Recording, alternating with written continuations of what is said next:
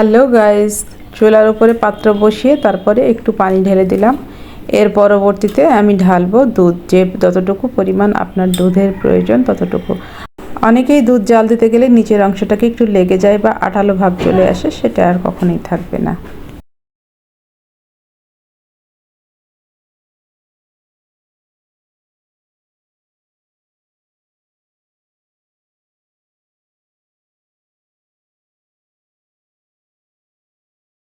এবং ছানা পনির বাটার এগুলো সাথে রাখবেন এভরিডে। পাশাপাশি খাদ্যাভ্যাস নিয়ন্ত্রণে রাখবেন, কাঁচা লবণ কম খাবেন। এবং যারা গ্যাসের ওষুধ খান, গ্যাসের ওষুধ হাড় ক্ষয়ের একটি প্রধান কারণ, কোনো ডাক্তারই আপনাকে বলবে না।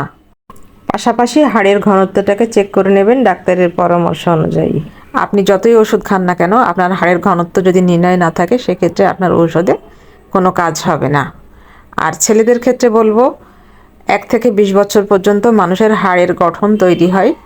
এই 20 বছরের ভিতরে ধূমপান পরিহার করবেন, সঠিক লাইফস্টাইল লিড করবেন, কিছু কায়িক পরিশ্রম যেমন হাঁটা চলা, বুকডন দেওয়া আর রোদ্রে নামা মাস্ট। পুরুষ মহিলার ক্ষেত্রে দৈনিক সকাল 9টা থেকে 2টা পর্যন্ত 15 থেকে 20 মিনিট রোদ্রে অবশ্যই থাকবেন।